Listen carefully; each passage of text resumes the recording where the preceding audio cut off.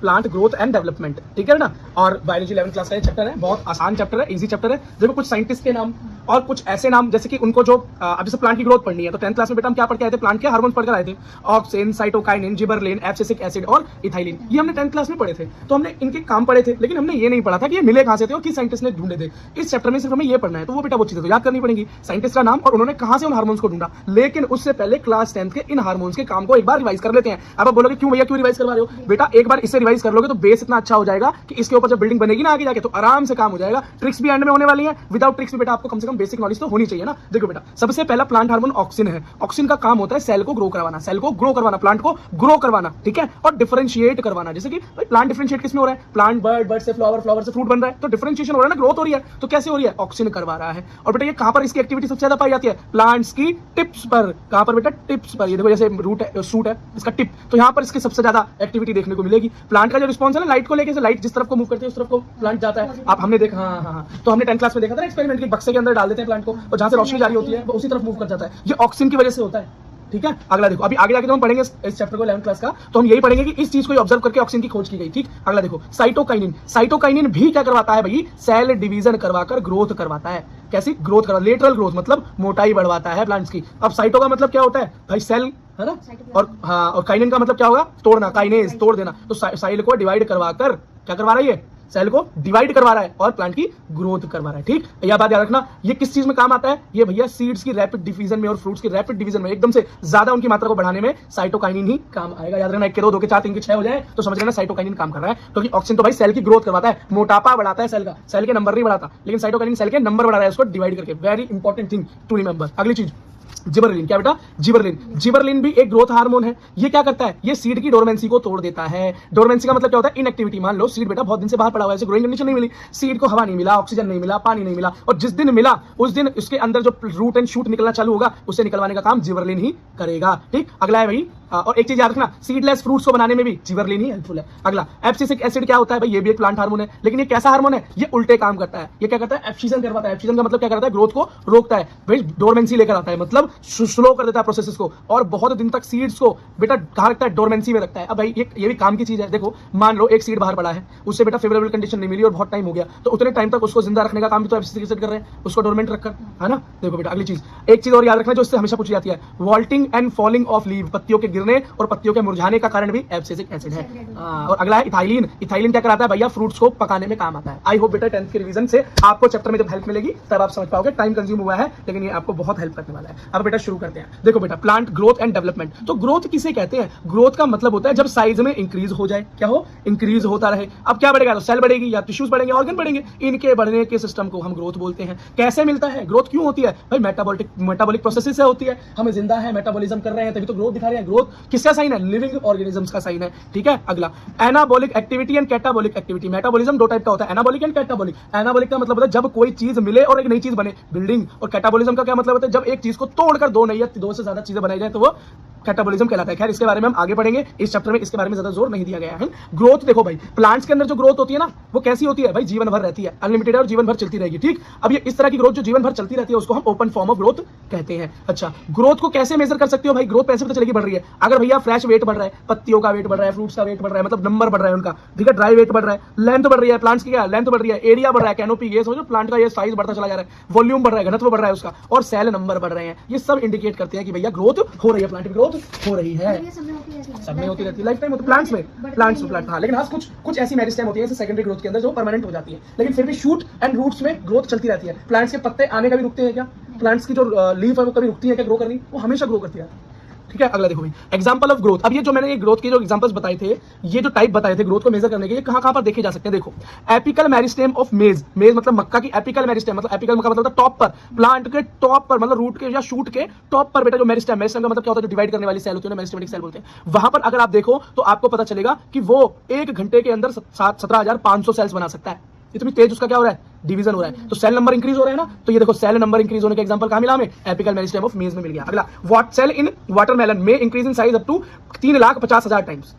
जो वाटरमेलन की सेल है वो बेटा एक बारी में 3,50,000 टाइम बढ़ सकती है, इंक्रीज हो सकती है। तो देखो सेल के साइज के बढ़ने का एग्जांपल आपको वाटरमेलन में मिल गया। अगला ग्रोथ ऑफ पोलन ट्यूब। अब भाई जब पोलन ग्रेन हमारा जब मेल एंथर से आकर स्टिग्मा यहाँ पर गिरता है तो बेटा जब वो हाँ सेक्सुअल रिप्रोडक्शन बेटा जब यहाँ पे पोलन ट्यूब बनती है और अंदर ओवम तक जाती है, यहाँ पर सबसेमिनर्जिक तक जब जाती है तो ये पोलन ट्यूब की जो ग्रोथ है ये क्या सेल की लेंथ बढ़ रही है, लंबाई बढ़ रही है ना, एक सिंगल सेल क्या बना ट्यूब बन गया। अगला अब growth of dorso ventral leaf, leaf के साइज का बढ़ना, लीफ के साइज का बढ़ना, ये एरिया के बढ़ने का एग्जांपल है। ठीक है बेटा। अगला अब प्राइमरी ग्रोथ और सेकेंडरी ग्रोथ क्या होती है ये बेटा हम पहले ही पढ़कर आ चुके हैं, फिर से एक बार एक्सप्लेन करते हैं। देखो प्राइमरी ग्रोथ का मतलब होता है जब प्लांट की शुरुआती स्टेज होती है तो वो कैसा बढ़ता है भाई, लंबाई में बढ़ता है। कैसा बढ़ता है? लंबाई में। और जब वो लंबाई अटेंड कर लेता है तो फिर वो चौड़ाई में बढ़ता है, जिसे हम सेकेंडरी ग्रोथ कहते हैं, जो कि आपके सिलेबस से कट चुकी है। तो सिर्फ दो ही एग्जांपल हमें याद करने हैं, vascular cambium and cork cambium. Cork cambium तो वैसे ही बहुत इंपॉर्टेंट है, रॉबर्ट हुक ने कॉर्क कैम्बियम के अंदर ही तो सेल को सबसे पहले देखा था, लेकिन वो कैसी थी, डेड फॉर्म ऑफ सेल। अब लाइव फॉर्म ऑफ सेल को सबसे पहले किस साइंटिस्ट ने देखा था, कमेंट में डाल दे। ठीक है। तो सेकेंडरी ग्रोथ कैसी ग्रोथ है, इंक्रीज इन विटल ग्रोथ, मतलब मोटाई में इंक्रीज। ठीक है। अब ये हमको प्राइमरी ग्रोथ का मिलेगी रूट के एपिकल में और शूट के एपिकल मेरिस्टेम में, है ना, increase in length of plants.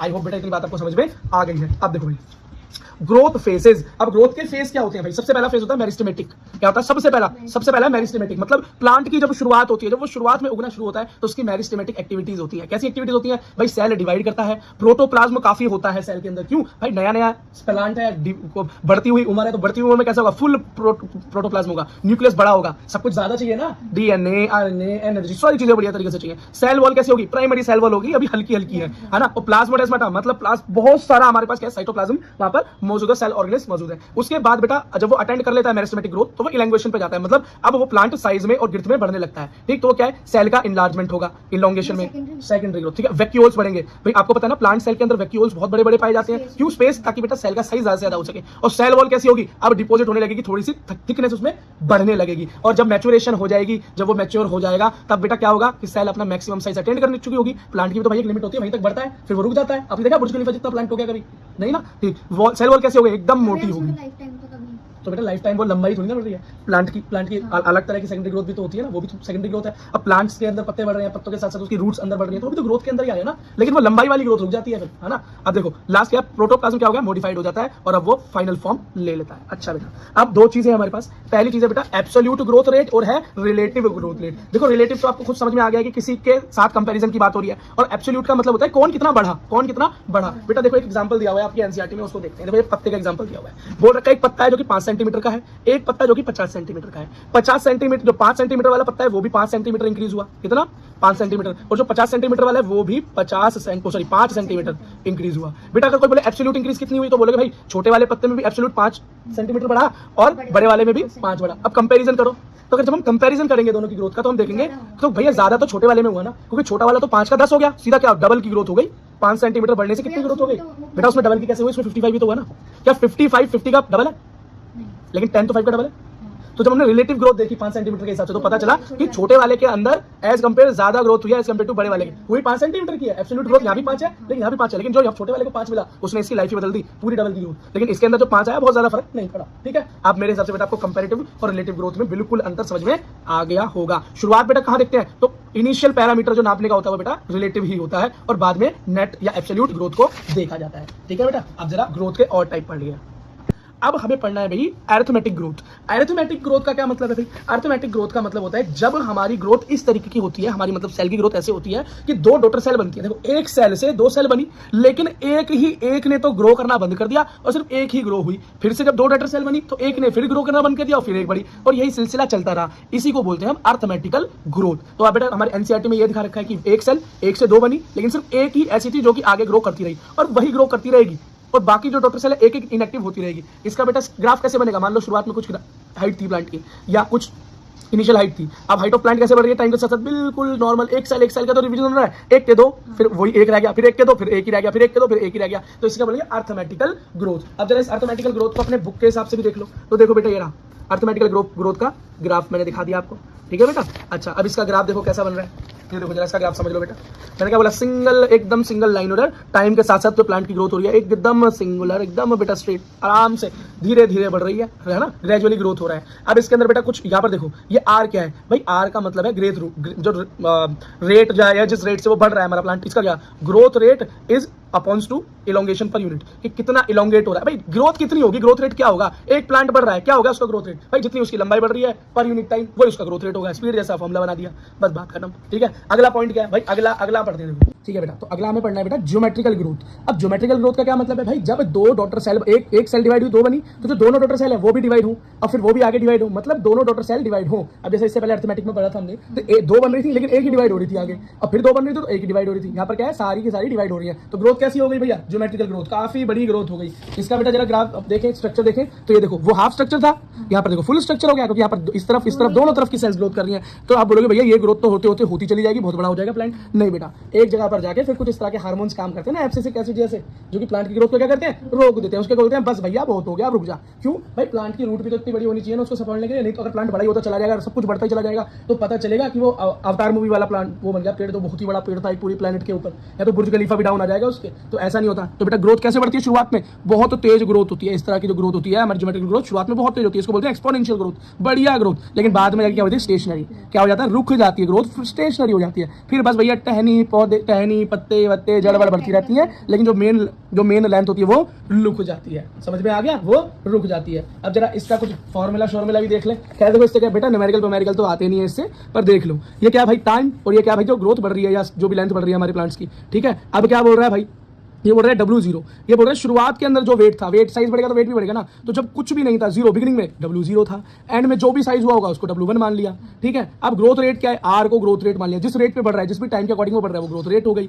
अब ठीक है भाई, ग्रोथ करने में इतना टाइम लगा वो T हो गया। E क्या है, बेस ऑफ नेचुरल एल्गोरिथम। अब भैया एल्गोरिथम करने के लिए हमें मैथ्स की कुछ टर्म्स की जरूरत पड़ती है, तो हमारा फॉर्मूला क्या बना, W1, मतलब फाइनल ग्रोथ निकालनी है, तो initial growth to the power ERT, बस खत्म हो गया। अब बोलोगे भैया इसे रटना बहुत जरूरी है क्या, ये नीट में आ जाएगा क्या? बेटा नीट में इस तरह से कुछ नहीं आने वाला, लेकिन ग्राफ पहचानने को आ सकता है, या ज्यादा से ज्यादा ये आ सकता है कि भाई WT का या W1 फाइनल ग्रोथ का फॉर्मूला क्या है। तो या ये पूछ सकते हैं कि E क्या, इस ये फॉर्मूला दे देंगे नीट में, पूछेंगे E क्या है इसमें, तो उसमें ऑप्शन दे रखे होंगे, इसमें बेस ऑफ नेचुरल एल्गोरिथम सुनना ना। अब मुझे तो लगता नहीं बेटा ये पढ़ने के बाद भी आप ये भूल जाओगे क्या है ये, है ना, ये तो ईजी है सब कुछ। ठीक है बेटा, सेल जो होती है उनके पास कैपेसिटी होती है डिवाइड करने की। जब सेल डिवाइड करती है और बाद में बेटा वो एक ऐसी कंडीशन में पहुंच जाती है कि फिर फर्दर वो डिवीजन नहीं करती, तो जो डिवीजन करने का जो प्रोसेस होता है वो डिफरेंशिएशन कहलाता है। लेकिन कई बार क्या होता है, प्लांट्स के अंदर जो सेल एक बार डिफरेंशिएट कर चुके होते हैं और अपनी कैपेसिटीज को खो चुके होते हैं कि अब डिवाइड नहीं करेंगे, लेकिन उनके अंदर भी क्या होता है कि दोबारा से क्या होती है, कैपेसिटी जनरेट हो जाती है कि वो दोबारा से डिवाइड कर सके। सेकेंडरी ग्रोथ में ये सब देखने को मिलता है। अब आपको अजीब सुनने में से लग रहा है कि सेकेंडरी ग्रोथ डिलीट हो चुकी है, नहीं तो आपको ऐसा लगता है हाँ भैया हमें तो पता है ये बात। तो क्या होता है, कई सेल्स जो शुरू में डिवाइड होती हैं फिर बेटा रेस्ट में चली जाती है, फिर वो दोबारा से डिवाइड करने के लिए उठ खड़ी होती हैं। तो इस प्रोसेस को हम डी डिफरेंशिएशन कहते हैं। कुछ सुना सा लग रहा है भैया ये तो, हाँ पीछे हम पढ़ चुके हैं चैप्टर्स के अंदर, है ना। अच्छा अब बेटा देखो, अब जब डी डिफरेंशिएट हो जाए तो डी डिफरेंशिएट हो गए, दोबारा से वो डिफरेंशिएट करेगा, मतलब पहले वो डिफरेंशिएट हुआ, कुछ बना, कैपेसिटी उसकी खत्म हो गई, फिर से कैपेसिटी दोबारा वापस आई और दोबारा से डिफरेंशिएट हुआ तो वो डी डिफरेंशिएट हो गया, और उसके बाद लास्ट में वो क्या करेगा, अपनी डिफरेंशिएट करने की शक्तियों को खो देगा, जिसे हम री डिफरेंशिएशन कहेंगे। ठीक है बेटा, तो यहाँ से किसी से भी एक क्वेश्चन उठकर आ सकता है, नहीं तो आपके एग्जाम में तो पूछा जा सकता है। ठीक है बेटा। अच्छा देखो अगला देखो बेटा, प्लांट एक टर्म है बेटा प्लास्टिसिटी। प्लास्टिसिटी का क्या मतलब है, प्लांट जो होता है follow different pathway in response to environment and life phases. मतलब भाई प्लांट जो होता है जिस तरह के उसको एनवायरमेंट मिलता है बाहर, जिस तरह का लाइफ फेसेस से वो गुजर रहा होता है, जिस तरह के एनवायरमेंट में वो है ना, कभी गर्मी कभी सर्दी, कभी बहुत पानी कभी बिल्कुल पानी नहीं, कभी रोशनी नहीं, तो इस तरह की कंडीशंस की वजह से उस प्लांट में चेंज आते हैं, उसकी ग्रोथ के पैटर्न में चेंज आते हैं, उसी को प्लास्टिसिटी कह देते हैं। क्या ठीक है।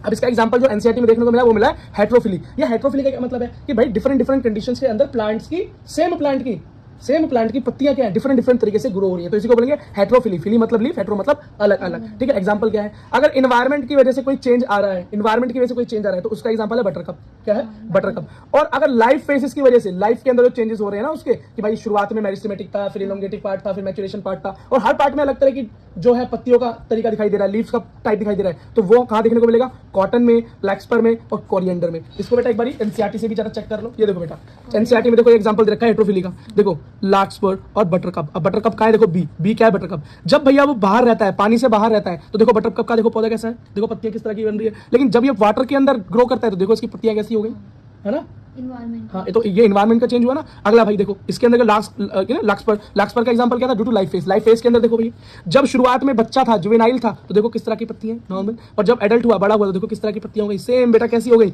यहाँ पर तो हमें बटरकप जैसी पत्तियां दिखाई दे रही है। ठीक है बेटा, तो यही दिखाना चाह रहा हूं। में पढ़ना है बेटा पीजीआर। पीजीआर का मतलब है प्लांट ग्रोथ रेगुलेटर्स। अरे वही अपने हार्मोन्स जो शुरू में हम पढ़ के आए थे 10th क्लास में भी, auxin, cytokinin, gibberellin, abscisic acid, ethylene, ये हमें पढ़ने हैं। ठीक है बेटा, ये देखो ये कहां से मिले और इनका कंपोजिशन क्या होता है, केमिकल कंपोजिशन क्या होता है, एनसीईआरटी में दिया हुआ है तो हमें पढ़ना पड़ेगा भाई। ऑक्सिन जो होता है उसका केमिकल कंपोजिशन है इंडोल कंपाउंड्स, इंडोल कंपाउंड से बने होते हैं वो। ठीक, साइटोकाइनिन जो हमें मिलेगा वो एडेनाइन डेरिवेटिव से मिलेगा, एडेनाइन के डेरिवेटिव से मिलेगा। एब्सिसिक एसिड हमें क्या, कैरोटीनोइड से मिलेगा, उनके डेरिवेटिव से मिलेगा। जिबरलिक एसिड हमें टर्पीन से मिलेगा, टर्पीन से मिलेगा। और इथाइलिन तो एक गैसियस हार्मोन है, और ये इंपॉर्टेंट बात है, ये पूछा जा सकता है कि कौन सा प्लांट हार्मोन है, गैसियस हार्मोन है, तो आप बोलोगे ethylene is a gaseous hormone, C2H4 is the name of the example. ठीक है भैया।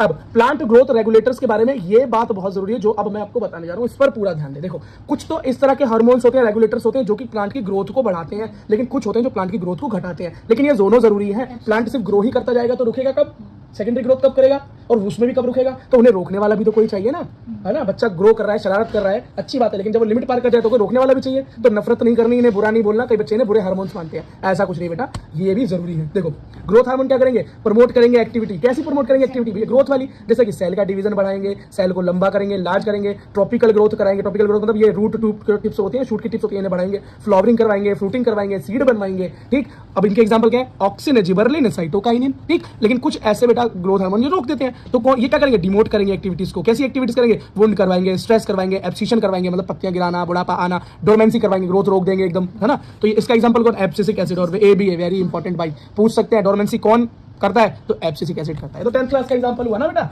ठीक है, अच्छा बेटा, अब जरा शुरुआत करते हैं किससे, ऑक्सिन से। ऑक्सिन के बारे में देखो भाई, ऑक्सिन क्या करता है, सेल को ग्रोथ करता है, हमने पहले बताया था, सेल का इलार्जमेंट करता है, सेल का साइज बढ़ाकर उसकी ग्रोथ को करवाता है। बाकी इसके अंदर और भी फर्दर एग्जांपल्स है कि कहां पर पाया जाता है, तो इसकी एक ट्रिक एंड में आने वाली है, वो देखना। पहले देखो कि इसकी खोज किसने की, चार्ल्स डार्विन, तो बहुत इंपॉर्टेंट नाम है भाई डार्विन जी, तो 12th क्लास में जान लेते हैं पूरी। हाँ, और फ्रांसिस डार्विन, दोनों डार्विन भाइयों ने मिलकर क्या किया, उन्होंने ऑब्जर्व किया। कहां ऑब्जर्व किया बेटा, 10th क्लास में हमने क्या पढ़ा था कि ऑक्सिन कहां मिलेगा, टिप्स पर मिलता है, शूट की टिप्स पर। क्यों, एपिकल पर क्यों मिलता है, ये बेटा जो लाइट की तरफ, हाँ लाइट की तरफ जो मूवमेंट होती है ना प्लांट की, वहीं पर बेटा ऑक्सिन की प्रेजेंस पाई जाती है। इन्हें भी वहीं पर शक हुआ था, इन्हें भी वहीं पर शक हुआ। कहां पर, कोलेप्टाइल ऑफ कैनरी ग्रास, मतलब घास के कोलेप्टाइल। कोलेप्टाइल क्या होता है भाई, जो बिल्कुल लास्ट का पार्ट होता है ना, टिप का जो पार्ट होता है, उसको कोलेप्टाइल बोल देते हैं। जरा एक फोटो दिखा देता हूं, ये देखो बेटा, ये देखो, ये दिखा रखे ना, ये देखो टोपी सी बनी हुई है, इसे कोलेप्टाइल बोलेंगे, बिल्कुल एंड पार्ट। ठीक है, तो यहीं पर मिला था। तो कहां पर देखा, the coleoptile by the side of transmittable influence. जो इन्फ्लुएंस हो रहा है, जो बेटा उस तरफ मूवमेंट हो रहा है, वो किसकी वजह से हो रहा है, वो इस ऑक्सीजन की वजह से हो रहा था। खैर वो इसे ढूंढ नहीं पाए, लेकिन वो इस कंक्लूजन पर पहुंच गए थे कि हाँ भाई इस टिप पर, इस कोलेप्टाइल पर ही कुछ है जो कि प्लांट को किस तरफ लेकर जा रहा है, उस ग्रास को किस तरफ लेकर जा रहा है, लाइट की तरफ लेकर जा रहा है। हाँ, लेकिन बाद में एक साइंटिस्ट ऐसे आए जिन्होंने उसको निकाल कर दिखा दिया, उनका नाम था FW वेंट। उन्होंने क्या किया, कोलेप्टाइल ऑफ ओट सीड, ओट के सीडलिंग में से भाई टिप में से निकाल कर दे दिया उन्होंने ऑक्सिन। क्या नाम था उनका, FW वेंट। हाँ, डिस्कवरी उन्होंने किया था, और हिंट उन्होंने ऊपर वाले ने दिया, हाँ डार्विन ने। अब भाई ऑक्सिन दो तरह के होते हैं, एक तो होता है नेचुरल ऑक्सिन, ठीक, और दूसरा होता है सिंथेटिक, जो कि बना लिया जाता है। नेचुरल कौन सा है, IAA, शुरुआत में उन्होंने पढ़ा, इंडोल एसिटिक एसिड। ठीक, और IBA और IBA क्या, इंडोल ब्यूटेरिक एसिड, ये दोनों क्या भाई नेचुरल है। और सिंथेटिक कौन सा है, NAA ना क्या, नेप्थिलीन एसिटिक एसिड या 2,4-D, ये शॉर्ट फॉर्म, इसकी फुल फॉर्म क्या है, 2,4-डाइक्लोरोफिनॉक्सी एसिटिक एसिड। ये क्या है भाई, सिंथेटिक है। ठीक है, अगला देखो जिबरलिन, क्या बेटा, जिबरलिन। अब जो जिबरलिन है ये भी क्या करता है, ग्रोथ करवाता है, ये बात हम पहले पढ़कर आ चुके हैं भाई। एक बात याद रखना, जिबरलिन 100 से भी ज्यादा तरीके के जिबरलिन पाए जाते हैं। ठीक, लेकिन जिस जिबरलिन की हम बात करते हैं वो हमारा GA3 है। जैसे कि टाइप है, तो पहले वाले को GA1, GA2, GA3, इस तरीके से G100 तक जाते हैं। लेकिन हम जिसके बारे में पढ़ते हैं प्लांट्स में, मेन कौन सा है, GA3। उन 100 में से कौन सा पढ़ रहे हैं हम इस टाइम, GA3 पढ़ रहे हैं, यही हमारा जिबरलिक एसिड है। ठीक, किसने इसकी खोज की, तो ई क्यूरोसावा ने इसकी खोज की। कहाँ की भाई, एक बीमारी हो गई थी, एक क्या बीमारी होती थी, बकैने डिसीज हो गई थी, किसमें, राइस में। तो राइस के सीडलिंग में जो बकैने डिसीज हो गई थी, तो उसमें अनचाही ग्रोथ हो रही थी, वहां पर कौन मिला हमें, एक फंगस मिली। कैसी फंगस मिली, जिसका नाम था जिबरलिया फ्यूजिक्यूरिया, और इसी से हमें क्या मिला, जिबरलिक एसिड मिल गया। ठीक है बेटा, अगला देखो साइटोकाइनिन भी क्या कराता है, ग्रोथ कराता है, लेकिन कैसे, सेल की डिवीजन करा के, सेल में काइनेसिस करके सेल को तोड़कर उसकी डिवीजन कराता है। इसे ढूंढने वाले जो साइंटिस्ट थे वो कहने, ये तीनों ही ग्रोथ कराते हैं, टाइप अलग है। पहले वाला कहता है ग्रोथ कैसे कराता है, सेल का साइज बढ़ाकर, दूसरा वाला भी साइज बढ़ाकर ये सेल को डिवाइड कर देता है। KS कुक और उसके कोवर्कर, उनके चेले वगैरह जो काम कर रहे थे, उन दोनों ने क्या देखा, इंटरनोडल स्टेम ऑफ तंबाकू की इंटरनोड के बीच में कैलस देखी। कैलस क्या होती है भैया, ऐसी सेल जो डिवाइड ना हो, बस इकट्ठी होकर पड़ी रहे। उसके अंदर उन्होंने क्या देखा कि देखा भाई कैलस पड़ा हुआ है। कैलस कैसे, कौन होता है, ऐसा सेल जो डिफरेंशिएट ना हो, अनडिफरेंशिएटेड पड़े रहे, ठीक है, इसको क्या बोलते हैं, proliferation in addition to auxin only if, इसने बोला भैया इसका प्रोलिफिकेशन कब होगा, कब ये आगे जाके डिवाइड होगी, कब बढ़ेगी, कब इसमें ग्रोथ दिखाई देगी, तो कब, जब इसके अंदर कोकोनट मिल्क मिलाया गया, वास्कुलर टिश्यू मिलाया गया, ईस्ट मिलाया गया। लेकिन ये नहीं पता चला ये है क्या चीज, ये है क्या चीज जो ये ग्रोथ करवा रही है। तो बाद में भाई एक साइंटिस्ट आए, मिलर एट ऑल, क्या नाम था, मिलर एट ऑल, उन्होंने भाई क्रिस्टलाइजेशन करवा दी तंबाकू के अंदर और क्या निकाला, साइटोकाइनेसिस प्रोमोटिंग सब्सटेंस, जो निकला वो निकला काइटिन, और यही है हमारा साइटोकाइनिन। अब बेटा जो काइनेटिन है ना, काइनेटिन ये पौधों के अंदर मिलता नहीं है नेचुरली, ये कहाँ मिलता है, ये मिलता है autoclaved herring sperm of DNA में, ये के डीएनए में। अब बोलोगे ऑटोक्लेव्ड हेरिंग क्या है, ये मछली है, इसके स्पर्म के डीएनए से काइनेटिन को निकाला गया। तो अब बोलोगे प्लांट के अंदर क्या है, फिर वो प्लांट में जो पाया जाता है नेचुरली वो क्या है, तो जो प्लांट के अंदर नेचुरली पाया जाता है वो है जियाटिन। क्या, जियाटिन। तो नीट का एक क्वेश्चन बन सकता है, प्लांट के अंदर पाए जाने वाले जो नेचुरली तरीके से पाया जाता है वो कौन है, जियाटिन है, ठीक है। ये कहाँ मिला, कॉर्न कर्नल्स और कोकोनट मिल्क में। कहाँ से मिला भाई, यही तो मिलाया जा रहा था, तो यहाँ से हमें मिल गया। अगला देखो ABA, ABA क्या है, एब्सिसिक एसिड। ये तो तुम्हें पता है भैया, ग्रोथ को क्या करता है, इनहिबिट करवा देता है ना। अब 3 तरह की अलग अलग रिसर्च हुई, उन तीनों रिसर्च के अंदर बेटा अलग अलग तरह के इनहिबिटर्स मिले। क्या मिले, अलग अलग तरह के इनहिबिटर्स मिले जो कि ग्रोथ को रोक रहे थे। ये तो नाम दिया इनहिबिटर बी, एब्सिशन सेकंड, डोरमिन, ये उनको नाम दिया गया। लेकिन बाद में बेटा पता चला ये तीनों तो एक ही है। जब इन तीनों के कैरेक्टर्स को एक साथ पढ़ा गया तो पता चला यार तीनों तो एक ही, बस नाम अलग अलग दिए थे, अलग अलग रिसर्च हुई, तो उसको एक कंबाइंड नाम दिया गया ABA, जिसका नाम है क्या है, एब्सिसिक एसिड, ठीक है, सिंगल ऐसे डबल ऐसा करके, ठीक है। तो बस बात खत्म। अब इथाइलिन की बात करें तो भाई इथाइलिन को याद रखना, एक तो ये गैसियस है, सबसे इंपॉर्टेंट बात, और ये क्या कराता है, फ्रूट्स को राइप करवाता है, पकाने में काम आता है। कब पता चला, H क्वेश्चन नाम के साइंटिस्ट ने सबसे पहले कहां कंफर्म किया, उसने देखा पके हुए ऑरेंज के साथ कुछ कच्चे केले पड़े थे, तो पके हुए ऑरेंज से कुछ ऐसा निकल रहा था जिसकी वजह से वो कच्चे केले भी पक गए। बस यहीं से उसने इथाइलिन की खोज कर ली, बात खत्म, ठीक है बेटा। तो बेटा हमें ऑक्सीजन, जिबरलिन, साइटोकाइनिन, एब्सिसिक, इन सब के ना काम तुम्हें पता है कर क्या रहे हैं, लेकिन फर्दर जो बेटा इसके और ज्यादा एग्जांपल्स है काम के, जो एनसीईआरटी में उसे कैसे याद करेंगे, तो उसकी ट्रिक है यहाँ पर बेटा। जो ट्रिक क्या है, क्रिसमस पर आदित्य ने सेलिना को रोज का फ्लावर दिया। क्या, क्रिसमस पर आदित्य ने सेलिना को रोज का फ्लावर दिया, ये बेटा ट्रिक है, ठीक। तो एक्समस से याद रखना जाइलम, तो जाइलम को क्या करेगा, बढ़ाएगा, डिफरेंशिएट करेगा। पर से क्या होगा, पार्थेनोकार्पी, ये बहुत जरूरी बात है भाई, पार्थेनोकार्पी करवाएगा। पार्थेनोकार्पी क्या होता है, फ्रूट विदाउट फर्टिलाइजेशन, ऐसा फ्रूट जो विदाउट फर्टिलाइजेशन बन जाए। और इसका एग्जांपल बताओ, पार्थेनोकार्पिक फ्रूट का एग्जांपल क्या एनसीईआरटी में पहले पढ़ के आए हुए हो, कमेंट में बेटा इसका आंसर डालो, यहाँ आ सकता है पार्थेनोकार्पिक फ्रूट नीट में, ठीक। आदित्य, तो AD से क्या बनेगा, एपिकल डोमिनेंस बढ़ेगा, मतलब एपिकल में डोमिनेंस, मतलब एपिकल जो टॉप होती है ना शूट की, रूट की, उन्हीं में ग्रोथ करवाएगा, ठीक। अब क्या सेलिना, तो सेलिना का मतलब है सेल डिवीजन करवाएगा। शुरू में बता दिया था कि ऑक्सीजन क्या करेगा, सेल को डिवाइड करके बड़ा करेगा। अगला रोज मतलब रूटिंग, रूट बढ़ाएगा। अगला फ्लावर या फ्लावरिंग कराएगा। तो बेटा ये इसकी ऑक्सीजन को याद करने की ट्रिक थी। अगला देखो जिबरलिन, क्या बेटा, जिबरलिन, तो जिबरलिन को शॉर्ट फॉर्म में क्या कह देते हैं, GBR कह देते हैं ना। तो जी से जो भी होगा वो बेटा जिबरलिन के अंदर आ जाएगा। जैसे गन्ने में होता है जिबरलिन, ग्रोथ कराता है, ग्रेप्स, गोभी और ग्रोसरी मतलब सब्जी वगैरह, ठीक। अब बोल्टिंग इफेक्ट B से ब्राउनिंग इंडस्ट्री या ब्रूविंग इंडस्ट्री पता नहीं, यीस्ट वगैरह, हाँ ये सारी चीजें। और R से रोजेट इफेक्ट, तो बस ये याद करना है बेटा। अगला साइटोकाइनिन, साइटोकाइनिन का भी तुमको पता है भी भाई सेल को डिवाइड करवाता है। साइटोकाइनिन मतलब सेल को डिवाइड करवाएगा और ग्रोथ करवाएगा, ठीक है। तो इसे याद कैसे करोगे आप, साइटोकाइनिन का मतलब है शूट पार्ट में, याद रखना भाई, ये इंपॉर्टेंट बात है। साइटोकाइनिन जो भी डिवीजन कराता है शूट में करवाता है, मतलब तने में कराता है, रूट से इसका लेना देना नहीं है। तो जहां भी शूट के अंदर कोई डिवीजन की बात हो रही हो, हम साइटोकाइनिन की बात कर लेंगे, वो भी कैसे, सेल डिवीजन वाला, याद रखना सेल डिवीजन। तो शूट बर्ड्स की डिवीजन कौन करवाएगा, शूट मतलब साइटोकाइनिन। लीव्स का है शूट में, तो वो भी यही करेगा। लेटरल शूट, शूट आ गया, फ्रूट का है, शूट का पार्ट है, रूट में तो उगता नहीं फ्रूट। अगला क्लोरोप्लास्ट, ये भी कहां मिलेगा, पत्तियों में, पत्तियां शूट में।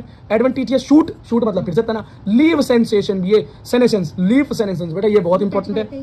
ये नहीं साइड, ये याद रखना कि लीव सेनेसेंस मतलब पत्तियों का बुढ़ापा, पत्तियों का झड़ जाना, पत्तियों का गिर जाना, ये काम हमारा साइटोकाइनिन करवाता है। और ये बहुत बार नीट में क्वेश्चन बन चुका है। अब बेटा क्लास देखो, ABA बेटा हमारा ABA जिसको हम एब्सिसिक एसिड बोलते हैं। और आप याद रखना ये क्या करवाता है, ABA हमारा ग्रोथ को इनहिबिट करवाता है, रुकवा देता है। और एक बात और याद रखना, ये क्या करता है, दरवाजे बंद कर देता है, क्लोज डोर कर देता है, मतलब स्टोमेटा को बंद करवा देता है। कब, जब स्ट्रेसफुल कंडीशन होती है, पानी की कमी हो, टेम्परेचर बहुत हाई हो जाए, दिक्कत आ जाए प्लांट में, तो क्या करता है, स्टोमेटा को बंद करवा देता है। ये नीट का क्वेश्चन बनता है। और एक चीज याद रखना, ABA या एब्सिसिक एसिड को हम AGA बोल देते हैं, मतलब एंटी जिबरलिक एसिड भी बोल देते हैं। क्यों भाई, जिबरलिन का काम क्या है, ग्रोथ करवाना, और एब्सिसिक एसिड का काम क्या है, ग्रोथ को रोकना। तो जो जिबरलिन का एंटी है वो भी कौन है, एब्सिसिक एसिड है। तो AGA कहीं पर आए और पूछे व्हाट इज AGA, तो ABA ही गंगाधरी शक्तिमान है काम की वजह से। लास्ट है बेटा इथाइलिन, क्या, इथाइलिन गैसियस है ना, क्या करवाता है, फ्रूट्स की राइपनिंग करवाता है, ठीक है। अब एक बात याद रखना, जब भी इथाइलिन की बात है याद करना EMF, इलेक्ट्रोमोटिव फोर्स। कहाँ याद किया था हमने इसको, 10th क्लास में पढ़ा था हमने इलेक्ट्रोमोटिव फोर्स, अब 11th में पढ़ने वाले हैं, ठीक है। E से इथाइलिन,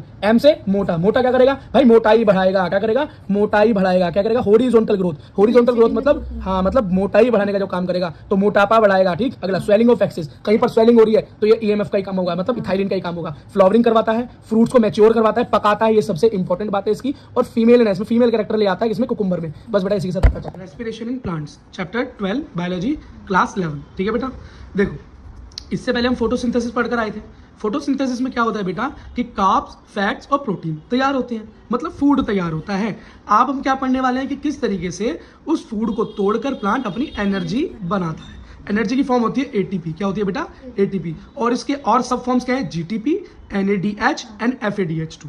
ठीक है बेटा, ये और नई छोटी बड़ी करेंसी की छोटी करेंसी। मान लो ये क्या है 500 का नोट, तो ये 100 का नोट, 50 का नोट, इस तरीके से मानकर चलते हैं। ठीक है, इसी को हम क्या बोलते हैं? तो क्योंकि ये सारे काम सेलुलर लेवल पे होते हैं, छोटे लेवल पे होते हैं, तो इसी को हम सेलुलर रेस्पिरेशन बोलते हैं। और ये होता क्या है भाई? Break down by oxygen. अगर ऑक्सीजन की प्रेजेंस में ये काम हो रहा है तो उसे क्या बोलते हैं? एरोबिक, है ना। और अगर उसकी एब्सेंस में तो एनारोबिक। देखो बेटा, रेस्पिरेशन दो टाइप का है। अगर प्रोटीन का ऑक्सीडेशन हो रहा है, प्रोटीन्स का ब्रेकडाउन हो रहा है, तो उसे हम बोलेंगे प्रोटोप्लाज्मिक। पी से प्रोटोप्लाज्मिक, पी से प्रोटीन। ठीक, और अगर नेक्स्ट कार्बोहाइड्रेट्स और फैट्स का हो रहा है तो उसे बोलेंगे फ्लोटिंग रेस्पिरेशन। बात समझ में आ गई? अब बेटा ये जो मैं आपको बता रहा था सब करेंसी एटीपी की, तो कैसे कैसे बनेगी देखो। अगर एनएडीएच है तो बेटा वो एक एनएडीएच 3 एटीपी के बराबर होगा, एफएडीएच 2 एटीपी के बराबर होगा, और जीटीपी 1 एटीपी के बराबर होगा। ये बेटा थोड़ा सा इंपॉर्टेंट है, इसलिए नहीं कि नीट में पूछ लेगा, इसलिए क्योंकि आगे जब हम साइकिल्स वगैरह पढ़ेंगे तो वहां पर जब एनएडी, एफएडी, जीटीपी की फॉर्म में जब दिया होगा तो total number of ATP count करने का तरीका पता ही नहीं होगा आपको, जब पता ही नहीं होगा कि एक एनएडी के अंदर कितने एटीपी होते हैं। ठीक है बेटा, अगला देखो। अब बेटा एक चीज जरा याद रखना, ये बहुत अच्छी ट्रिक है। मान लो माइटोकॉन्ड्रिया एक बैंक है, क्या है? एनर्जी का बैंक है। एटीपी कैश है, ठीक, और एनएडीएच, एफएडीएच सेकेंडरी फॉर्म्स क्या है? ये चेक्स हैं। बेटा जो कैश होता है उसे बैंक की जरूरत तो नहीं है। कैश तो जो है वो तो आपके हाथ में, उसे आराम से चला सकते हो, लेकिन आपको कोई हाथ में चेक पकड़ा दे तो आप क्या करोगे? आपको बैंक पर डिपेंड होना पड़ेगा और फिर आपको कैश मिलेगा। मतलब एनएडीएच और एफएडीएच को पहले आप माइटोकॉन्ड्रिया में ले जाएंगे और वो एटीपी को सिंथेसिस करके देगा, लेकिन आपके पास एटीपी अगर पहले से ही है तो माइटोकॉन्ड्रिया की जरूरत नहीं है। अभी आगे जाके ये चीजें समझ में आएंगी। देखो बेटा, एरोबिक रेस्पिरेशन क्या है? जिसके अंदर ऑक्सीजन का यूज हो, और ऑक्सीजन का यूज होकर जब बेटा एरोबिक रिएक्शन होती है, रेस्पिरेशन होता है, तो वो रिएक्शन टेक प्लेस होती है माइटोकॉन्ड्रिया के अंदर। कहां पर बेटा? माइटोकॉन्ड्रिया। तो ऑक्सीजन का यूज करके एनर्जी बनाई जाती है कहां पर? माइटोकॉन्ड्रिया के अंदर। लेकिन अगर विदाउट ऑक्सीजन काम हो रहा है, एनारोबिक रेस्पिरेशन हो रहा है, तो बेटा वहां पर माइटोकॉन्ड्रिया की जरूरत तो पड़ेगी नहीं, क्योंकि ऐसा रेस्पिरेशन जो विदाउट ऑक्सीजन होता है वो माइटोकॉन्ड्रिया में नहीं होता, बाहर होता है। माइटोकॉन्ड्रिया में तो सिर्फ ऑक्सीजन वाले होते हैं। और याद रखना बेटा, जो माइटोकॉन्ड्रिया के अंदर नहीं होगी रिएक्शन, उस रिएक्शन में एनएडीएच, एफएडीएच कुछ बनेगा ही नहीं, अगर उसके बिना होगी तो। क्यों? अगर माइटोकॉन्ड्रिया है ही नहीं, मतलब बैंक का यूज ही नहीं है। अगर आपको बैंक का यूज नहीं है तो कब नहीं है? जब आपके पास कैश है, और कैश क्या? एटीपी। तो ओनली एटीपी फॉर्म होगी विदाउट माइटोकॉन्ड्रिया। लेकिन जहां माइटोकॉन्ड्रिया होगा वहां पे एटीपी भी होगा, और एनएडीएच भी होगा, और एफएडीएच भी होगा। समझ में आ गया? एक बार दोबारा देखो, माइटोकॉन्ड्रिया अगर बैंक है, एटीपी आपका कैश है, बाकी क्या है? चेक। कैश को, एटीपी को माइटोकॉन्ड्रिया पर सीधी डिपेंडेंसी नहीं है। अगर ये है तो विदाउट माइटोकॉन्ड्रिया भी काम चल सकता है। इसका मतलब एनाएरोबिक रेस्पिरेशन के अंदर एटीपी बनेगा, लेकिन एनएडीएच और एफएडीएच2 नहीं बनेगा। क्यों? उन्हें माइटोकॉन्ड्रिया की जरूरत है। इसका मतलब जो एरोबिक रिएक्शन होगी उसके अंदर एटीपी और ये एनएडीएच और एफएडीएच दोनों बनेगा। ठीक है, अगला देखो। कैश क्या है? एटीपी, है ना, और चेक क्या है? एनएडीएच और हाँ एफएडीएच2। ठीक है भैया। अब ये है सबस्ट्रेट लेवल। कैश का एटीपी कहाँ बनेगी? सबस्ट्रेट लेवल पर। और अगला जो चेक्स वगैरह है, जो ये एनएडीएच और एफएडीएच कहाँ बनेंगे? ऑक्सीडेटिव। कहाँ? ऑक्सीडेटिव। इसको कैसे याद करेंगे भाई? फोस्फोराइलेशन का मतलब समझ लो क्या होता है। फोस्फोराइलेशन पहले ही पढ़ के आए हम, ठीक। फोस्फोराइलेशन का मतलब होता है बेटा कि एनर्जी फॉर्म करना, क्योंकि एटीपी हो, एनएडीपीएच हो, इन सब में फॉस्फेट है। ये ग्रुप क्या है बेटा? एनर्जी फॉर्मेशन का ग्रुप है। तो अगर फोस्फोराइलेशन हो रहा है इसका मतलब बेटा एनर्जी बन रही है। तो एटीपी जब एनर्जी बनती है तो उसे बोलते हैं सबस्ट्रेट लेवल पर काम हो रहा है।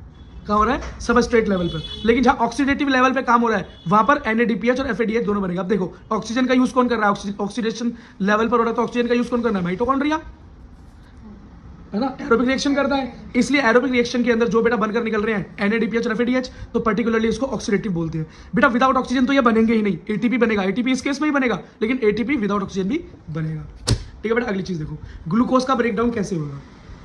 ग्लूकोज बेटा 6 कार्बन की चेन होती है ना, C6H12O6, 6 कार्बन की चेन है ना। जब 6 कार्बन का ग्लूकोज जो फूड है जब ब्रेक डाउन होगा तो बेटा ग्लूकोज के ब्रेकडाउन को क्या बोलते हैं? ग्लाइकोलाइसिस।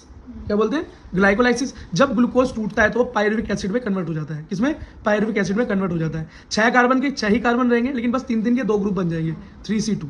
तो 3C2 का मतलब है 3 कार्बन की 2 चेन। हाँ, तो हो गया पायरुविक, पहले ही पढ़ा है। अब बेटा आगे जाकर अगर ग्लूकोज 2 तरीके से टूटता है, अब पायरुविक एसिड से नेक्स्ट क्या होता है? 2 तरीके से टूटता है। अगर वो एनारोबिक कंडीशन में टूटेगा, मतलब ऑक्सीजन के बिना टूटेगा, तो वो बनेगा अल्कोहल या बनेगा लैक्टिक एसिड। दोनों बहुत इंपॉर्टेंट है। ठीक, लैक्टिक एसिड की फॉर्मेशन पूछ ली जाती है कि क्या कंडीशन चाहिए। लेकिन अगर एरोबिक रिएक्शन हो जाए, O2 की प्रेजेंस हो, तो वो क्या बनेगा, तो उसके अंदर से 2 कार्बन 2 CO2 लूज हो जाएंगे। क्या हो जाएंगे, 2 कार्बन लूज हो जाएंगे। जहां वो था कितने कार्बन की चेन, 6 कार्बन की चेन, अब वो रह जाएगा खाली 4 कार्बन की चेन। और बेटा टोटल 4 कार्बन है, लेकिन टूटा हुआ था ना, पायरुविक एसिड टूटा हुआ था, 6 कार्बन थे तो 3 की 2 चेन बनी हुई थी। अब जब 4 कार्बन है तो क्या बनेगा, 2 की 2 चेन बन जाएगी। और उसे क्या बोलेंगे, उसे बोलेंगे एसिटाइल कोएंजाइम। क्या बोलेंगे, एसिटाइल कोएंजाइम। मतलब पायरुविक एसिड में जब एरोबिक रिएक्शन होगी तो 2 कार्बन छूटेंगे और वो बनेगा एसिटाइल कोएंजाइम। और इसी को हम लिंक रिएक्शन बोलते हैं। क्या बोलते हैं, लिंक रिएक्शन बोलते हैं। ठीक है, अच्छा अगला एसिड भैया इसी में होगा जो एसिटाइल कोएंजाइम होगा। भाई एरोबिक रिएक्शन जब हुई तो पायरुविक जो कन्वर्ट हुआ तो एसिटाइल कोएंजाइम में कन्वर्ट हो गया ना। ये जो पायरुविक एसिड है ये एसिटाइल कोएंजाइम बन गया अब 4 कार्बन वाला, 2 कार्बन छोड़कर। और बेटा इसके बाद क्या होता है, इसके बाद ये एसिटाइल कोएंजाइम चला जाता है क्रैब साइकिल में। कहाँ, क्रैब साइकिल में। अभी क्रैब साइकिल मैंने आपको पढ़ाई नहीं है, आगे पढ़ाएंगे तब देख लेना। क्रैब साइकिल में होता क्या है, ये 4 कार्बन का कंपाउंड, ये 4 कार्बन का रहेगा ना एसिटाइल कोएंजाइम 6 से, ये 4 कार्बन का कंपाउंड जाएगा। अब बेटा मैंने क्यों लिख रहा है 2C, क्योंकि 4 कार्बन टोटल है लेकिन 2 कार्बन की 2 चेन बनी हुई है। ये बेटा घूमेगा, क्या करेगा, ये घूमेगा, घूमकर क्या बनेगा, 2 कार्बन और ऐड कर लेगा, 2 कार्बन ऐड कर लेगा और क्या बन जाएगा, 6 कार्बन की चेन दोबारा बन जाएगा। फिर ये दोबारा से बेटा 4 कार्बन की चेन बन जाएगा और 2 कार्बन लूज कर देगा। बस यही क्रैब साइकिल है, लेकिन इतनी आसान नहीं है, थोड़ा सा आगे बताऊंगा पूरी खुलकर क्या होती है। ये तो बस मैंने आपको बताया कि कितने कार्बन का कंपाउंड जाता है, फिर से क्या बन जाता है, फिर से क्या लूज करता है और फिर से क्या बन जाता है। ठीक है, फॉलो करते हैं, आगे देखो बेटा। अब बेटा जितने भी काम हो रहे हैं हो तो सेल के अंदर रहे हैं, लेकिन एरोबिक रिएक्शन हो रही है माइटोकॉन्ड्रिया के अंदर। ये मैंने सेल बनाई है और बीच में माइटोकॉन्ड्रिया बना दिया है, बाकी और किसी सेल ऑर्गेनल की जरूरत नहीं है ना, तो ये मैंने माइटोकॉन्ड्रिया बना दिया। ये तो माइटोकॉन्ड्रिया है, इसके अंदर क्या हो रहा है, इसके अंदर एरोबिक रिएक्शन हुई है। और एक एरोबिक रिएक्शन जब होती है तो क्या होता है भाई, पायरुविक एसिड कन्वर्ट हो जाता है किसके अंदर, अभी पढ़कर आए थे हम कि पायरुविक एसिड कन्वर्ट हो जाता है एसिटाइल कोएंजाइम के अंदर 4 कार्बन वाली चेन में, एरोबिक रिएक्शन। और एरोबिक रिएक्शन होती है माइटोकॉन्ड्रिया के अंदर, तो इसे लिंक रिएक्शन भी बोलते हैं। तो लिंक रिएक्शन कहाँ हो रही है, इनसाइड माइटोकॉन्ड्रिया। अब बेटा बाकी रिएक्शन जो एनारोबिक रिएक्शन है जिनके अंदर ऑक्सीजन की यूज नहीं हो रही वो हो रही है साइटोप्लाज्म में। तो cytoplasm is the site of glycolysis. जो ग्लाइकोलाइसिस हो रहा है, ग्लूकोज जब टूट रहा है तो साइटोप्लाज्म में टूट रहा है, लेकिन उसके अंदर भी एरोबिक रिएक्शन कहाँ हो रही है, माइटोकॉन्ड्रिया में, और एनारोबिक बाहर हो रही है। ठीक है, अब जरा ग्लाइकोलाइसिस याद करने की ट्रिक देख लो बेटा। ग्लाइकोलाइसिस का पहला स्ट्रक्चर ये देखो, ये रहा बेटा। ठीक है, ये शुरू से लेके एंड तक ग्लाइकोलाइसिस का पूरा प्रोसेस दिया हुआ है। अब बड़ा भयंकर सा प्रोसेस है। ठीक है बेटा, इसे याद करने की ट्रिक बता रहा हूँ, वो ट्रिक जरा ध्यान रखना। देखो सबसे पहले क्या शुरू करोगे, गॉड ने फ्रूट जूस दिया, क्या, भगवान ने, गॉड ने फ्रूट जूस दिया हमारे ग्रैंड पेरेंट्स को, हमारे दादा दादी को, हमारे ग्रेट पेरेंट्स को, ग्रैंड पेरेंट्स को क्या दिया, फ्रूट जूस दिया। पर हमारे जो पेरेंट्स थे, मतलब ग्रैंड पेरेंट्स के जो बच्चे थे, मगर पेरेंट्स ने पेप्सी रख दी प्रेशरली। मतलब कैसे, जबरदस्ती उस फ्रूट जूस की जगह क्या रख दी, पेप्सी रख दी। क्यों, क्योंकि वो नहीं चाहते थे कि ग्रैंड पेरेंट्स फ्रूट जूस पिए, वो चाहते थे वो पेप्सी पिए। ठीक है, तो क्या हुआ, गॉड ने फ्रूट जूस दिया ग्रैंड पेरेंट्स को, लेकिन पेरेंट्स ने पेप्सी रख दी प्रेशरली। अब हमें क्या याद रखना है, हमें याद रखना है God, fruit juice, grand parents, ठीक है, पेरेंट्स, पेप्सी और प्रेशरली। ठीक है, अब इसको बेटा मैंने सीक्वेंस में लगा लिया। ठीक है, तो गॉड से हुआ ग्लूकोज, क्या हुआ, ग्लूकोज। और एक चीज बताता हूँ, ग्लाइकोलाइसिस का एंड प्रोडक्ट क्या बनता है, पायरुवेट बनता है। क्या बनता है, पायरुवेट बनता है, याद रखना। क्या बनता है बेटा, ग्लूकोज का एंड प्रोडक्ट क्या बनता है, पायरुवेट बनता है, इस बात को ध्यान रखना। ठीक है, ये देखो अब गॉड ने क्या दिया, गिफ्ट्स, ग्लूकोज। ठीक है, तो गॉड से ग्लूकोज, गिफ्ट से क्या हुआ, ग्लूकोज 6 फॉस्फेट। ग्लूकोज जब टूटता है तो ग्लाइकोलाइसिस के अंदर बेटा नेक्स्ट क्या टूटता है, सेकंड ग्लूकोज 6 फॉस्फेट पे टूट जाता है। ठीक, अगला fruit juice, gift fruit juice दिया, तो फ्रूट जूस से क्या हुआ, फ्रक्टोज 6 फॉस्फेट। अब ग्लूकोज किस में कन्वर्ट हो गया, फ्रक्टोज में। अब 4 ग्रैंड पेरेंट्स के लिए दिया था ना, 4 ग्रैंड पेरेंट्स, तो क्या 4 से क्या हुआ, फ्रक्टोज, तो फ्रक्टोज ही रहेगा, लेकिन यहाँ 6 फॉस्फेट था, यहाँ पे हो जाएगा 1,6 बाइफॉस्फेट। मतलब पहले बेटा 6 नंबर कार्बन पर फॉस्फेट लगा हुआ था, अब पहले और छठे दोनों पर लग गया। ठीक है, अगला ग्रैंड पेरेंट से क्या याद करोगे, ग्लिसरल डिहाइड या ग्लिसरल डिहाइड फॉस्फेट। ठीक है, अब क्या हुआ, फ्रक्टोज हमारा ग्लिसरल डिहाइड में चेंज हो गया। बट पर से क्या होगा, बट से, तो ये हो जाएगा 1,3 बिस या बाई बिस फोस्फोग्लिसरेट। अब ये क्या हुआ, ग्लिसरेट से किसमें चेंज हो गया, 1 और 3 बिस फोस्फोग्लिसरेट। देखो ग्लिसरेट फॉस्फेट तो पहले ही था, फॉस्फोरस, लेकिन अब क्या हुआ, यहाँ पे कहां पर ऐड हो गया, अब यहाँ पहले और तीसरे दोनों कार्बन पर दो फॉस्फेट जुड़ गए। तो बिस फॉस्फेट का मतलब है, बाई का मतलब 2, फॉस्फेट का मतलब 2 फॉस्फेट जुड़ गए किस पे, ग्लिसरल डिहाइड पर। तो ये हो गया 1,3 बिस बाई फोस्फोग्लिसरेट। अगला क्या है, पेरेंट्स से याद करोगे 3 फोस्फोग्लिसरेट। अब 1 से हट के ओनली 3 पर रह गया और 3 फॉस्फोग्लिसरेट, बिस भी हट गया नॉर्मल सिंगल। अब क्या हुआ, पेरेंट्स पुट पेप्सी प्रेशरली, लेकिन पेरेंट्स ने क्या रख दी जबरदस्ती, पेप्सी रख दी। तो अब या पुट से क्या हो गया 2 फॉस्फोग्लिसरेट, 3 फॉस्फोग्लिसरेट से क्या हो गया 2 फॉस्फोग्लिसरेट। अब पेप्सी, तो पेप्सी से हो गया फोस्फोइनोल पाइरुवेट। और बेटा फाइनल प्रेशरली से हम याद रखेंगे पाइरुवेट, ये याद रखो मत रखो, ये तो याद रखना शुरुआत ग्लाइकोलाइसिस की ग्लूकोज से होती है और एंड पायरुवेट पर होता है।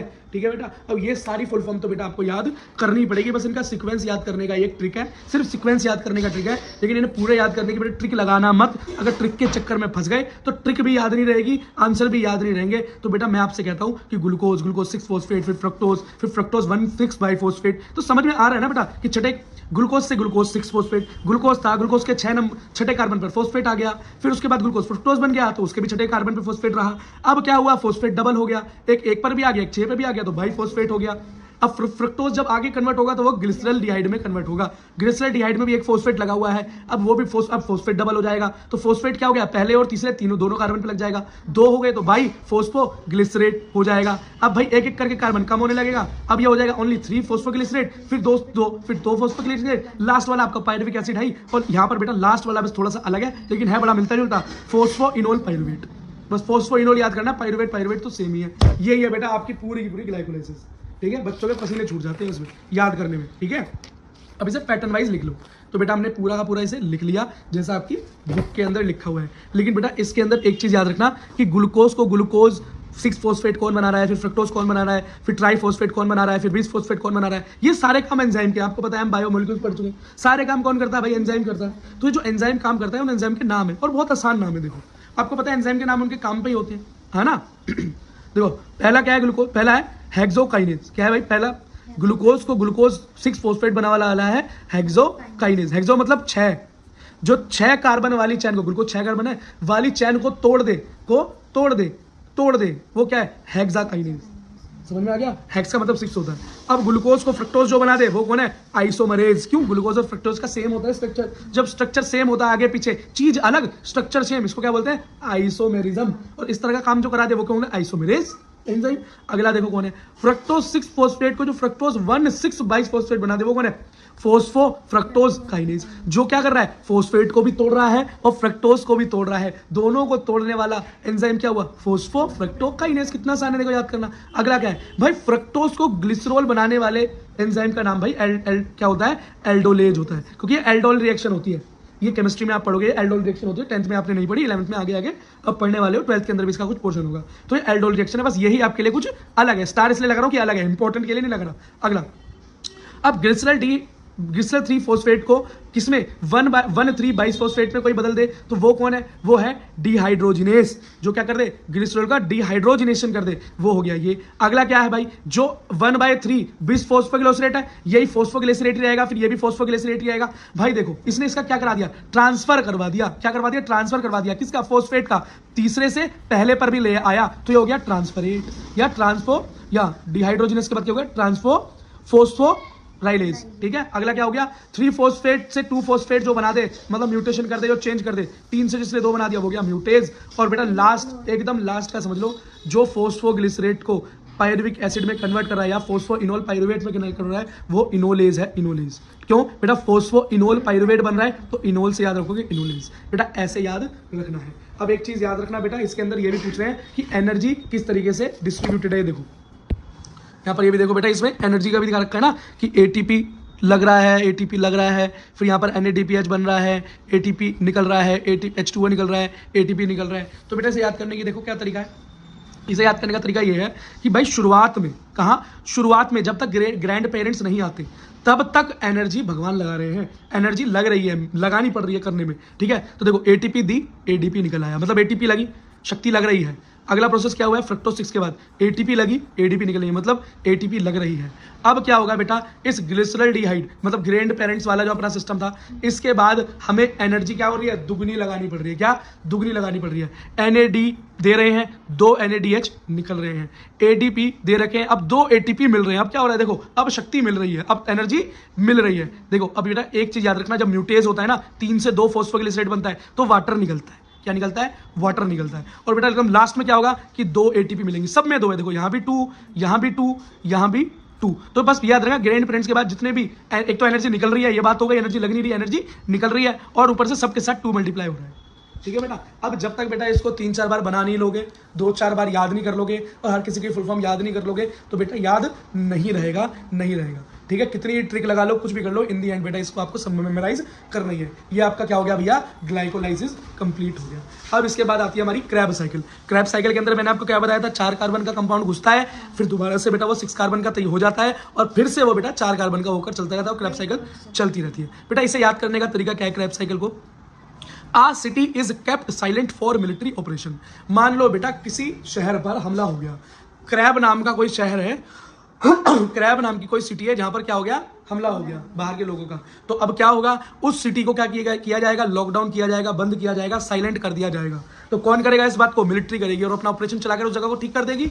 ठीक है बेटा। तो कैसे याद करेंगे, आ सिटी इज केप्ट साइलेंट, एक सिटी को क्या किया, कीप साइलेंस में रखा गया, किसके लिए, for military operation, military operations को करने के लिए। ठीक है। तो ए का फुल फॉर्म है एसिटाइल को एंजाइम ए, और आपको याद होगा जब बेटा ग्लूकोज से पायरुविक एसिड बनता है और उसमें एरोबिक रिएक्शन होती है तो एसिटाइल को एंजाइम ए बनता है। यही है मेरा 4 कार्बन का कंपाउंड, जो कैसा है, 2-2 कार्बन वाली चैन के ग्रुप में है।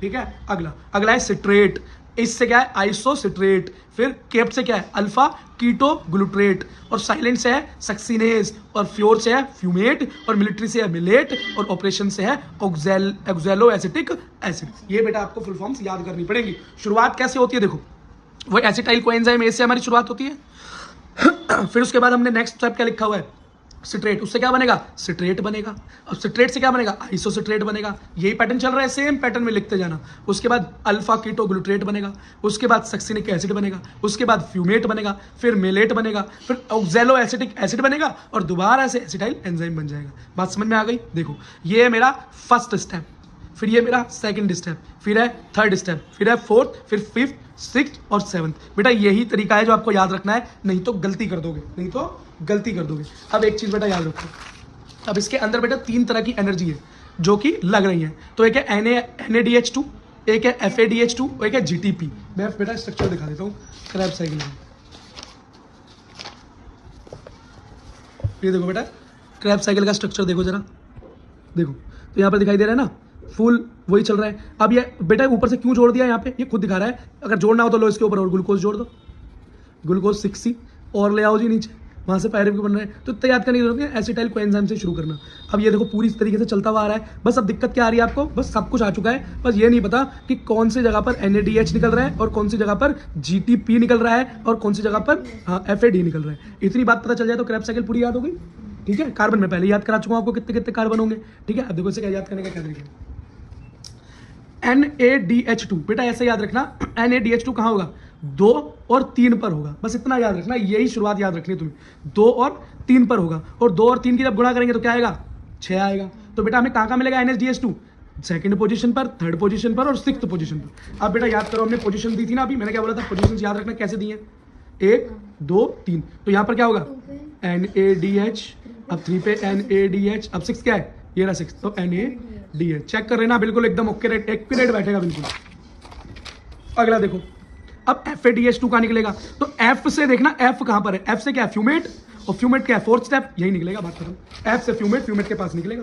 देखो F से क्या है, फ्यूमेट, तो यहीं पर क्या निकलेगा आपका, बोलो, देखो यहाँ पर सॉरी, हाँ क्या निकलेगा, FAD। ठीक है। फ्यूमेट के बाद 4th स्टेप पे फ्यूमेट के पास निकला, और अगला है भाई GTP। ये इंपॉर्टेंट भी है, पूछ भी लेते हैं कौन सी पोजीशन में है, तो भाई GTP निकलता है 3रे नंबर पर। कैसे याद रखोगे, 1 2 3, देखो GTP में कितने अल्फाबेट, 1 2 3, तो 3रे पोजीशन पर ये आ जाएगा। तो याद रखना 3री पोजीशन पे NaDH2 भी है, कंफ्यूज मत हो जाना। तो यहीं पर बेटा आपका क्या मिलेगा, आपको GTP भी मिल जाएगा, 3rd पे आपको GTP भी मिल जाएगा, और ये क्या है, इंपॉर्टेंट स्टेप, ये दोनों होंगे उसके। ठीक है बेटा, समझ में आ गया। अब बेटा हमें पढ़ना है यहाँ पर इलेक्ट्रॉन ट्रांसपोर्ट सिस्टम, बड़े ध्यान से पढ़ना है इसे। देखो इलेक्ट्रॉन ट्रांसपोर्ट सिस्टम आप पहले भी पढ़कर आए थे फोटोसिंथेसिस में, है ना, जिसके अंदर हमने साइक्लिक और नॉन साइक्लिक सर्कल्स देखे थे इलेक्ट्रॉन्स के, किस तरीके से मूव करते हैं और किस तरह से वापस आता है, साइक्लिक में किस तरीके से नॉन साइक्लिक में वापस नहीं आता है। फोटो सिस्टम 1, फोटो सिस्टम 2 के बारे में हमने पढ़ा।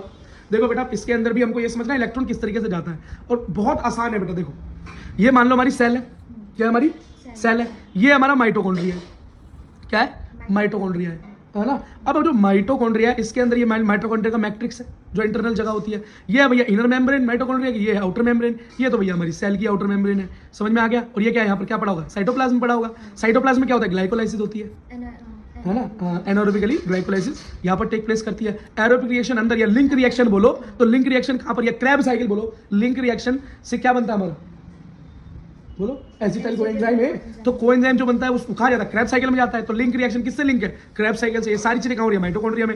इंपॉर्टेंट है, याद रखना इस बात को। बात छोटी है लेकिन यहाँ से क्वेश्चन बन जाते हैं, ठीक है। और बेटा एक चीज और बताई थी मैंने आपको, क्या बताई थी कि माइटोकॉन्ड्रिया के अंदर क्या होता है, माइटोकॉन्ड्रिया खुद एक बैंक है, तो उसमें चेक भी चलता है और कैश भी चलता है। तो बेटा याद रखना माइटोकॉन्ड्रिया के अंदर जो ये लिंक रिएक्शन क्रैब साइकिल्स होती हैं, तो उसके अंदर NADH और FADH दोनों बनेंगे, यहाँ ये चेक चल जाएंगे और ATP भी बन जाएंगे। लेकिन साइटोप्लाज्म की बात करें तो यहाँ से सिर्फ और सिर्फ ATP बनेगा, सिर्फ और सिर्फ ATP बनेगा, बाकी कुछ नहीं बनेगा। क्योंकि कैश तो कहीं भी चल सकता है, बैंक हो चाहे ना हो। बिल्कुल बिल्कुल, क्योंकि वो डिपेंड ही नहीं करता ATP कि एरोबिक हो रही है कि नॉन एरोबिक, वो दोनों के अंदर निकलता है, ऐसा याद रखो। और जो बैंक वाली बात है बताओ, शुरुआत में हमने बताई थी, तो जो पार्ट में देख रहा हो पार्ट 1 में देख ले, शुरुआत में इंट्रो में देख ले यहाँ, और जो शुरू से देखता आ रहा है उसे तो कोई दिक्कत होनी नहीं वाली, ठीक है बेटा। देखो अब इलेक्ट्रॉन का सिस्टम चलता कैसे है, देखो बेटा जो इनर मेम्ब्रेन है ना या माइटोकॉन्ड्रिया की, यहाँ पर कुछ कॉम्प्लेक्सेस बने होते हैं, देखो गोल गोल कॉम्प्लेक्सेस बने होते हैं, 5 कॉम्प्लेक्स बने हुए हैं। ये सबसे लास्ट वाला तो ATP सिंथेट है, ATP सिंथेज है, क्या है, जिससे ATP बनती है। हाँ, इसका मतलब ये इलेक्ट्रॉन यहाँ से कूदता कूदता इन कॉम्प्लेक्सेस से जब यहाँ से बाहर निकलेगा तो ATP की फॉर्मेशन, बीच में वैसे होता है ना बेटा ये थोड़ा सा अलग है सिस्टम इसका, ठीक है। आप समझो जब ये कूदता कूदता यहाँ से निकलेगा तो यहाँ पर ATP की फॉर्मेशन कर देगा, ठीक है। अब बेटा ये क्या है, सिंथेस, ये हम पढ़ चुके हैं, और नहीं पता तो याद रखना, जब इसके अंदर से इलेक्ट्रॉन निकलकर बाहर घूमता है तो वो ATP रिएक्ट निकालता हुआ जाता है। देखो बेटा अब मैट्रिक्स के अंदर सबसे पहले क्या बनता है, मैट्रिक्स में भाई मैट्रिक्स में बनती है एनर्जी NADH+, है ना। अगर N और दूसरी कौन सी मिलती है, FADH, कौन सी बनती है, FADH। तो अभी हम क्या पढ़ते हैं, NADH का पढ़ते हैं। जब भाई NADH निकलता है, आता है मैट्रिक्स में, तो उससे एक इलेक्ट्रॉन रिलीज होता है, कितना, एक इलेक्ट्रॉन रिलीज होता है। और एक इलेक्ट्रॉन जब रिलीज होता है तो हम जानते हैं कि एक वो H+ साइन भी रिलीज अपने साथ करता है जरूर। अब ये H+ साइन को कहाँ छोड़ देगा, इसको छोड़ देगा इंटर मेम्ब्रेनस स्पेस के अंदर। बोलोगे इंटर मेम्ब्रेन स्पेस क्या है, तो भैया ये आउटर मेम्ब्रेन, और ये आउटर मेम्ब्रेन और इनर मेम्ब्रेन के बीच में जो जगह है ना, ये माइटोकॉन्ड्रिया में, ये इनर वही है, इनर इंटर मेम्ब्रेनल स्पेस है। यहाँ पर H+ साइन को रिलीज करता रहेगा, इलेक्ट्रॉन नीचे चलता जाएगा, ठीक है। देखो अब इलेक्ट्रॉन कहाँ जाएगा, इलेक्ट्रॉन भैया इलेक्ट्रॉन ट्रांसपोर्ट चेन मतलब ETS में मूव करना चालू कर देगा। कैसे करेगा, कॉम्प्लेक्स बने हुए 5, कॉम्प्लेक्स से कॉम्प्लेक्स में मूव होता जाएगा, पहले से दूसरे में, दूसरे से तीसरे में, है ना, इस तरीके से मूव होता जाएगा। और जैसे ही हर कॉम्प्लेक्स से निकलेगा इलेक्ट्रॉन, तो हर कॉम्प्लेक्स से क्या निकलेगा, 2H+ आयन भी निकलेगा। लेकिन याद रखना जब NADH का इलेक्ट्रॉन जाता है कॉम्प्लेक्सेस से, तो हर स्टेप में 2H+ आयन निकालता है, कितने, 2H+ आयन निकालता है, वो भी कितनी जगह पर, 3 जगह पर, कितनी, 3 जगह पर, कितनी जगह पर, 3 जगह पर। और एक चीज याद रखना बेटा, 2H+ आयन 1 ATP के बराबर होते हैं, कितने, 2H+ आयन 1 ATP के बराबर होते हैं। अब यहाँ पर कितने H+ आयन निकल रहे हैं, 1 2 3, तो टोटल ATP कितनी बनी, ATP सिंथेस से निकलने के बाद 3 ATP बनी, क्योंकि जब 2H+ आयन 1 ATP के बराबर होता है तो 1 2 3 ATP बन गई। अगर ये केस होता FADH2 का, क्या होता है FADH2 का, तो कुछ चेंज नहीं होता बेटा। FADH2 के अंदर ये होता है ना, वो खुद बोल रहा है 2, तो 2 का मतलब वो क्या बोल रहा है कि भैया मैं तो सिर्फ 2 जगह पर H+ आयन निकालूंगा, वो नहीं निकालता 3 जगह पे, वो तो ओनली 2 जगह पर H+ आयन निकालता है। तो 2 जगह पे निकालता है तो उसमें ATP भी कितनी बनेगी, 2 ही बनेगी, ठीक है बेटा। अगला अब बेटा ये इलेक्ट्रॉन ट्रांसपोर्ट चेन का ना हमें कॉम्प्लेक्सेस जो है ना उनके नाम भी पता होने चाहिए। मैं लिख रहा हूँ, धीरे धीरे याद कर लेना, बहुत टाइम है। नीट में खैर एग्जैक्ट कभी क्वेश्चन पूछा नहीं जाता। देखो शुरुआत किससे होती है, पहला जो मैंने बोला ना, एक कॉम्प्लेक्स, 2 कॉम्प्लेक्स, 3 4 5 इस तरह से आते हैं। तो कॉम्प्लेक्स 1 जो है वो है FMN NADH die hydrogenase. Complex 2 का नाम है FADH2 डिहाइड्रोजिनेज। कॉम्प्लेक्स 3 का नाम है cytochrome B cyto C1। Complex 4 का नाम है साइटोक्रोम, मतलब कॉम्प्लेक्स का C का मतलब साइटोक्रोम ही है, साइटोक्रोम A3N2। और बेटा कॉम्प्लेक्स 4 जो है वो तो आपको पता है लास्ट कहाँ से क्या है, ATP सिंथेज है, मैंने शुरू में बता दिया। तो बेटा 5 में से एक तो आपको याद हो गया, बाकी को याद रखना। जैसे FMN है फर्स्ट, दूसरा FADH2 डिहाइड्रोजिनेज है कि FADH2 को हाइड्रोजिनेज करवाने वाला है। फिर तीसरा और चौथा साइटोक्रोम है, साइटोक्रोम B और ये साइटोक्रोम A। इतना इतना याद कर लेना। पहला वाला क्या है B और दूसरा वाला क्या है A, ठीक है। देखो अब इलेक्ट्रॉन का फ्लो कैसे चलता है, मैंने बताया था कि फर्स्ट से लास्ट की तरफ मूव करता है। तो सबसे पहला कॉम्प्लेक्स 1 क्या है, FMN है ना, FMN है ना। देखो और सेकंड वाला क्या है FES, मतलब ये रहा इसी को बोला गया है। अब मतलब आयरन सल्फर कॉम्प्लेक्स भी है ये, है ना। अब यहाँ पर एक एंजाइम भी प्राप्त होता है। क्या होता है? एक एंजाइम मिलता है। जो फर्स्ट चैप्टर है, जो हमारा शुरुआती चैप्टर जो है कौन सा, फोटोसिंथेसिस, तो वहाँ पर बेटा हमको क्या मिल रहे थे? एंजाइम्स मिल रहे थे जो काम करवा रहे थे, जैसे रुबिस्को मिल रहा था। तो इस यहाँ पर क्या मिलता है? यहाँ पर मिलता है हमें यूबिक्यून। क्या? यूबिक्यून, ये क्या बोलते हैं? यूक्यू, ठीक है, यूबिक्यूनिन। अब यहाँ से कहाँ पर जाएगा? साइटोक्रोम बी में जाएगा, तो साइटोक्रोम बी को शॉर्टकट पे साइट बी लिख दिया। फिर उसके बाद बी से कहाँ जाएगा? बी से सी, इसका नाम है कॉम्प्लेक्स, थर्ड के अंदर इतनी सारी डिग्री है तो सी में जाएगा। वहां से फिर C1 से सी में जाएगा, फिर नीचे बेटा ए में जाएगा। कहाँ गया? ए में गया। फिर ए से कहाँ जाएगा? A3 में जाएगा, ठीक है। और इसके बाद ATP सिंथेस से बाहर निकल कर ATP बन जाएगा, ठीक है। देखो बेटा, इस सीक्वेंस को आराम से याद करना, कोई दिक्कत नहीं है, बहुत जरूरी, बहुत जल्दी नहीं है, प्रैक्टिस की जरूरत है। किसकी जरूरत है बेटा? प्रैक्टिस की जरूरत है।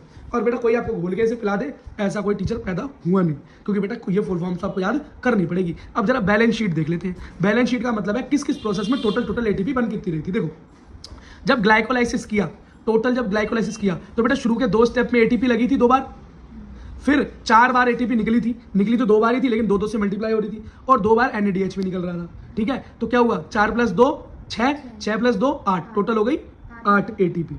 समझ में आ गया? कितनी हो गई? 8। लेकिन ऐसे नहीं होगा, ये देखो बेटा 4 ATP नीचे बनी, 2 NADPH बनी, ठीक है। अब यहाँ क्या होगा? यहाँ पर 2 ATP शुरुआत में लग गई तो माइनस हो गई, तो समझ लो ये वाला ATP ने ये NADPH कैंसिल कर दिया। अब बेटा आपको मैंने क्या बोला था? जो ग्रैंड पेरेंट्स वाले के नीचे जो स्टेप्स, सब स्टेप में 2 की मल्टीप्लाई होती है। किसकी?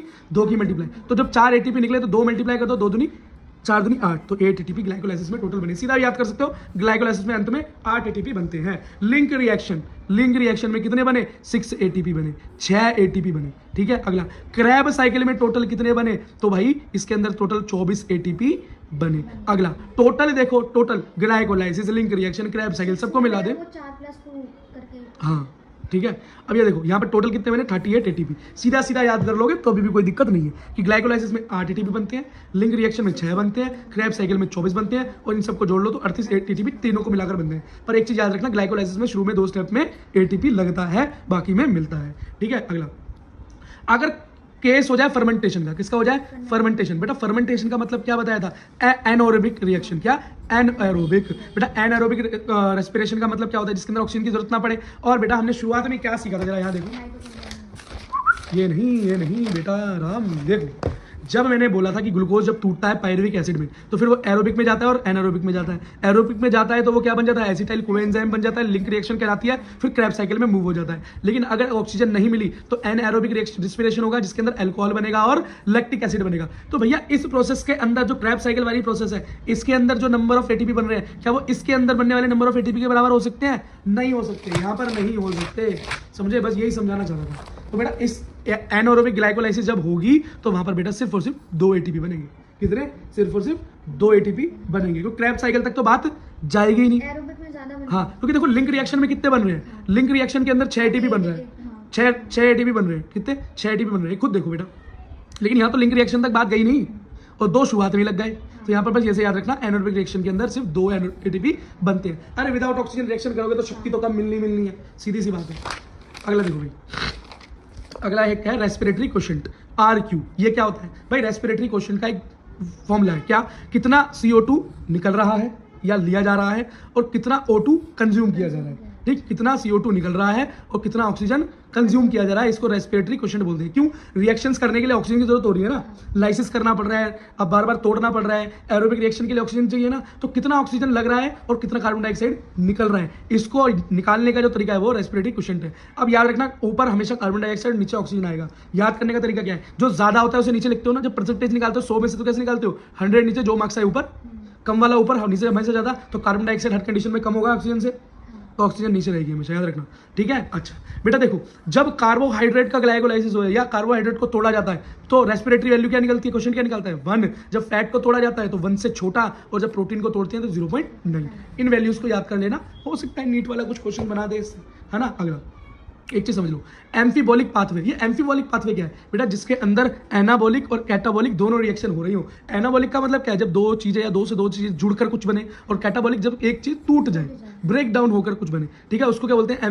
एम्फीबॉलिक पाथवे का नाम देते हैं। ठीक है, देखो तो अभी तक हमने क्या पढ़ा था? अभी तक हमने वही कार्बोहाइड्रेट मतलब ग्लूकोज को आराम से तोड़ता हुआ हमने एक सिस्टम पढ़ा था, इसे हमने ग्लाइकोलाइसिस पढ़ा था, वो भी in the presence of in the presence of oxygen, मतलब एरोबिक रिएक्शन। तो एरोबिक रिएक्शन कैसे जाती है हमारी कार्बोहाइड्रेट में कि शुगर है मतलब ग्लूकोज है, पायरुविक एसिड टूट जाएगा, एसिटाइल कोएंजाइम बनेगा और वो क्रेब्स साइकिल में चला जाएगा। यहाँ लिंक रिएक्शन है, याद रखना, बार बार बोल रहा हूँ ना, तो वो क्रैब साइकिल में चला जाए। अब क्रैब साइकिल क्या है वो तो आपको पता ही है, ठीक है। लेकिन जब अब क्या होगा, अगर इस कार्बोहाइड्रेट की जगह प्रोटीन टूटे या फैट टूटे, अगर फैट टूटा है तो फैटी एसिड में टूटेगा या ग्लिसरॉल में टूटेगा, क्योंकि यही फैट की सभी यूनिट बायोकेमिस्ट्री में पढ़ा है हमने, और नहीं पढ़ा तो याद कर लो। और यही बेटा टूटकर कौन से स्टेप में ये कहां पर कन्वर्ट होंगी, ये एसिटाइल कोएंजाइम में कन्वर्ट हो जाएंगी। लेकिन इनका स्टेप ऐसे नहीं है, फैट टूटा है फैटी एसिड में, ग्लिसरॉल में, फिर वो कन्वर्ट हो रहा है एसिटाइल कोएंजाइम में। और प्रोटीन के अंदर प्रोटीन टूटता है अमीनो एसिड्स में, और फिर वो किस में कन्वर्ट होता है, वो कन्वर्ट होता है पायरुविक एसिड में। किसमें, पायरुविक एसिड में, ठीक है बेटा। बस इतनी सी बात आपको बतानी थी, चैप्टर आपका खत्म हुआ। एक चीज और सिखाना चाह रहा था बेटा, इस चीज को जरा देख लेना कि एक स्टेप जो है आपका ग्लाइकोलाइसिस वाली साइकिल के अंदर बेटा, ये देखो ग्लिसरॉल्डिहाइड 3-फॉस्फेट जो है ये ग्रैंड पेरेंट वाला स्टेप है। इसमें बेटा एक स्टेप देखो यहाँ भी जुड़ा हुआ है।